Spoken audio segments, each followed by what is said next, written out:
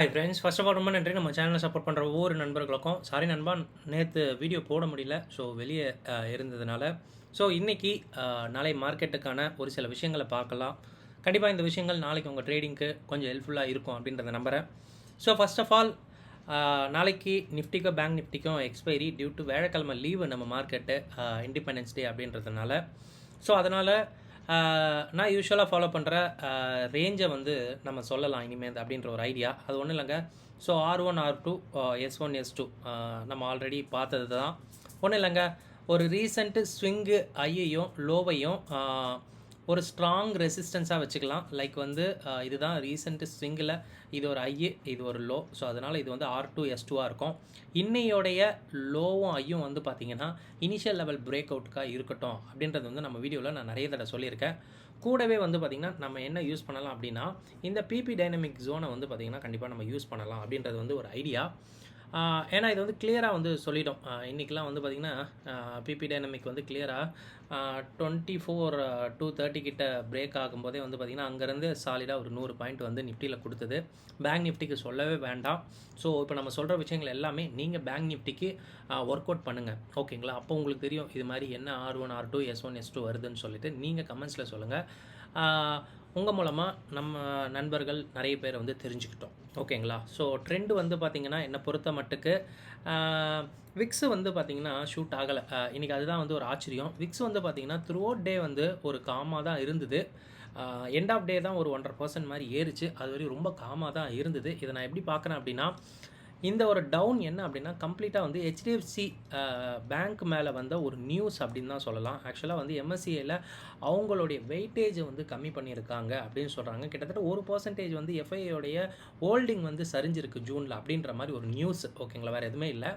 So இது வந்து தாக்கம் வந்து ஏற்படுத்துது. நான் காலையிலே ஒரு 4:30 மணிக்கே நான் ஹெச்டிஎஃப்சி பேங்க் ஏடிஆரை செக் பண்ணும்போதே தெரிஞ்சிடும். யூஸ்வலாக வந்து மார்க்கெட் ஸ்டார்ட் பண்ணுறதுக்கு முன்னாடி நம்ம எஸ்ஜிஎக்ஸ் நிஃப்டி மட்டும் நீங்கள் பார்க்க வேண்டாம், கூடவே இந்த மாதிரி ஏடிஆர்ஸை போய் பாருங்களேன், ஒரு ஐடியா ஒன்று கிடைக்கும். ஏன்னா இந்த ஏடிஆர்ஸ் தான் கிளியராக ஒரு வியூ கொடுக்கும். இந்த ஹெச்டிஎஃப்சி பேங்க் வந்து கிளியராக வந்து 3% அப்படின்ற மாதிரி டவுனில் இருந்தது. நம்ம மார்க்கெட் ஏதோ 1.5% தான் டவுன் ஆச்சு. அகைன் வந்து பார்த்திங்கன்னா மேட்ச் பண்ணிடுச்சு அப்படின்னு தான் நம்ம சொல்லணும். ஸோ இது கம்ப்ளீட்டாக வந்து பார்த்திங்கன்னா இந்த ஹெச்டிஎஃப்சி பேங்க் மூலமாக தான் இன்றைக்கி ஃபின் நிஃப்டியாக இருக்கட்டும், பேங்க் நிஃப்டியாக இருக்கட்டும், நிஃப்டி சரிஞ்சது கூட காரணம் வந்து இதுவாக கூட இருக்கலாம் அப்படின்றத வந்து நான் தோணிகிட்டு இருக்கேன். பட் ஒரு ரிவர்சல் வந்து ஏற்படும் நாளைக்கு. இன்றைக்கி எப்படி விழுந்ததோ அதே மாதிரி வந்து பார்த்திங்கன்னா இதில் பாதியாவது நாளைக்கு மேலே எழுறதுக்கான வாய்ப்பு அதிகம், இல்லைனா ரொம்ப க்ரூஷியல் அப்படின்னு தான் சொல்லணும். ஏன்னா இந்த ரேஞ்சை நீங்கள் நோட் பண்ணிக்கோங்க. இந்த ரேஞ்சை வந்து அகைன் வந்து ஒரு சப்போர்ட்டாக ஆக்ட் பண்ணுறதுக்கான வாய்ப்பு ரொம்ப அதிகமாக இருந்துக்கிட்டு இருக்குது. அண்ட் ஓப்பன் இன்ட்ரெஸ்ட்டை நிஃப்டிக்கு பார்க்கும்போது இன்றைக்கி புட்டெல்லாம் வந்து பார்த்திங்கன்னா அன்வைன் பண்ணப்பட்டிருக்குங்க. ஆக்சுவலாக வந்து 24,300 400லாம் நல்ல ஒரு பில்டப் இருந்துச்சு, ஓகேங்களா, நேற்றுலேருந்தே. ஸோ அதெல்லாம் வந்து பார்த்திங்கன்னா இன்றைக்கி கைட்டு விட்டாங்க அப்படின்னு தான் நம்ம சொல்லணும். மேபி சொல்ல முடியாதுங்க, நாளைக்கு வந்து பார்த்திங்கன்னா இது அப்படியே சேஞ்ச் கூட ஆகலாம், ஓகேங்களா? ஸோ இப்போ பொறுத்த மட்டுக்கு 24,000க்கும் 24,300க்குள்ளே நடுவில் நிஃப்டி வந்து எக்ஸ்பைரி ஆக வாய்ப்பு அதிகமாக இருந்துக்கிட்டு இருக்குங்க. ஸோ பேங்க் நிஃப்டி கதையை பொறுத்த மட்டுக்கு பேங்க் நிஃப்டி என்னென்னா எண்ட் ஆஃப் டே வந்து கொஞ்சம் விஷயம் மாறுச்சு. 49,900 49,800லாம் புட்டும் காலும் கொஞ்சம் ஈக்குவலாக மாறின மாதிரி இருந்தது. இதுவே வந்து நான் நாளைக்கு மேபி 50Kக்கு மேலே எக்ஸ்பைரி ஆகும் அப்படின்றத நம்புகிறேன். 50Kக்கு மேலேயும் அண்ட் 50,500க்குள்ளேயும் வந்து பார்த்திங்கன்னா எக்ஸ்பைரி ஆகும்னு நினைக்கிறேன்.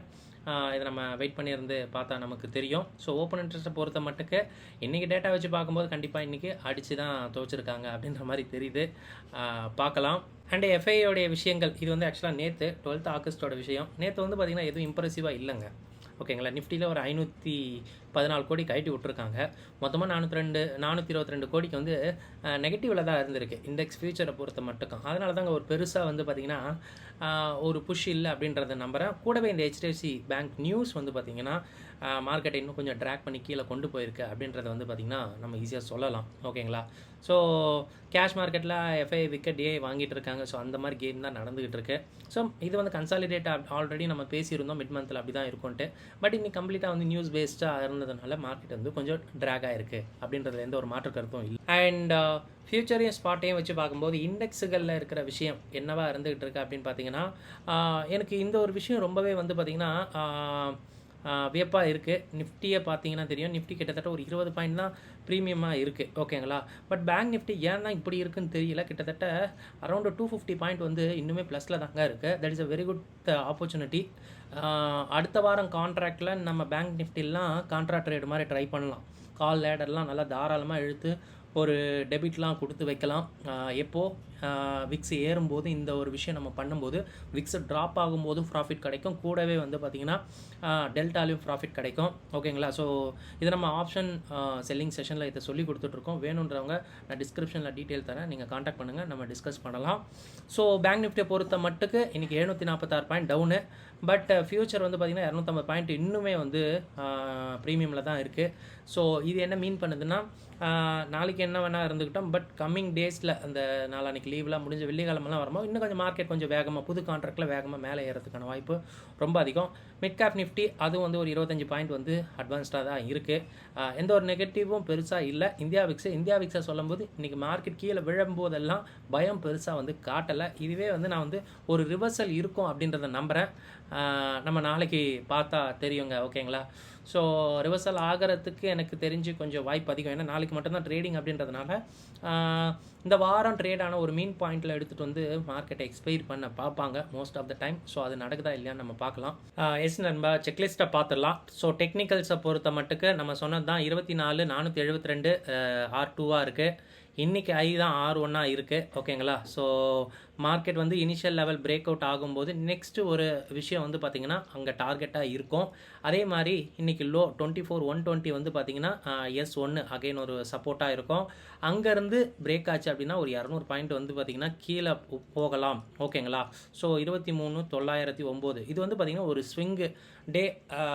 ஸ்விங்கோடைய ஐலோ தான். ஓகேங்களா. வேறு எதுவுமே இல்லை. இது மேக்ஸிமம் வந்து நான் யூஸ் பண்ணுற விஷயம் நம்ம ட்ரேடிங்க்கு. ஸோ இதே நம்ம இனிமேல் நம்ம கண்டென்ட்டில் யூஸ் பண்ணிக்கலாம். And data for option. ஓகேங்களா. ஸோ ஆப்ஷனுக்கு எதாவது விஷயம் இருக்கா அப்படின்னு பார்த்தீங்கன்னா ஆல்ரெடி நம்ம ஓஐ பார்த்தோம். இது வந்து கொஞ்சம் பேரிஷில் தாங்க இருக்குது. ஸோ இன்னையோட டேட்டா அப்படின்றதுனால பேரிஷ். நாளைக்கு மறுபடியும் இந்த கோட்டை மாற்றி எழுதக்கூட வாய்ப்பு இருக்குது. பட் உள்ளே ஃபுல்லாக பார்த்த வரைக்கும் வியூ வந்து பார்த்திங்கன்னா கொஞ்சம் பேரிஷில் தான் இருக்குது அப்படின்றத நம்புகிறேன். பட் விக்ஸை பொறுத்த மட்டுக்கு, ஏன்னா நான் விக்ஸ் வந்து பார்த்திங்கன்னா கிட்டத்தட்ட ஒரு 6-7 வருஷமாக நான் பார்த்துக்கிட்டு இருக்கேன் அப்படின்றதுனால இந்த விக்ஸை கொஞ்சம் அண்டர்ஸ்டாண்ட் பண்ண முடியும். இது வந்து வெறும் 1.8% தான் அப்பா இருக்குது. ஓகேங்களா. இந்த ஒரு டவுனில் அப்படின்ற மாதிரி கூட நம்ம எடுத்துக்கிட்டோன்னா, ஸோ இதை வந்து ஒரு ரிவர்சல் வந்து ஏற்படுமான்னு கேட்டிங்கன்னா வாய்ப்பு ரொம்ப அதிகம். ஓகேங்களா. ஏன்னா என்னோடய வீடியோவில் விக்ஸை பற்றி நான் பேசியிருக்கேன். விக்ஸ் வந்து பார்த்திங்கன்னா ஒரு ரப்பர் பேண்ட் மாதிரி, இன்றைக்கி ஏறினா நாளைக்கு இறங்கும், நாளைக்கு இறங்கினா ஏறும். ஓகேங்களா. ஸோ இது அப்படியே வந்து பார்த்திங்கன்னா மார்க்கெட்டோடைய மூமெண்ட்டுக்கு இது கண்டிப்பாக வந்து ரெஸ்பெக்ட் கொடுக்கும் அப்படின்றது தான். ஸோ பெருசாக வந்து பயம் இல்லை. ரிவர்சலுக்கு மேபி வந்து பார்த்திங்கன்னா வாய்ப்பு இருக்குது அப்படின்றத நம்புகிறேன். மொத்தமாக வந்து இந்த 240 பாயிண்ட் நிஃப்டியில் வந்து பார்த்திங்கன்னா இந்த நியர்லி 1% ஏறுமான்னு இல்லை, அதில் பாதி தூரம் கூட நமக்கு ரிவர்சல் ஆனால் கூட போதும் அப்படின்றது தான். பட் நாளைக்கு பார்க்கலாம். ஒரு பாசிட்டிவான ஒரு மொமெண்ட்டை நான் எதிர்பார்க்குறேன்.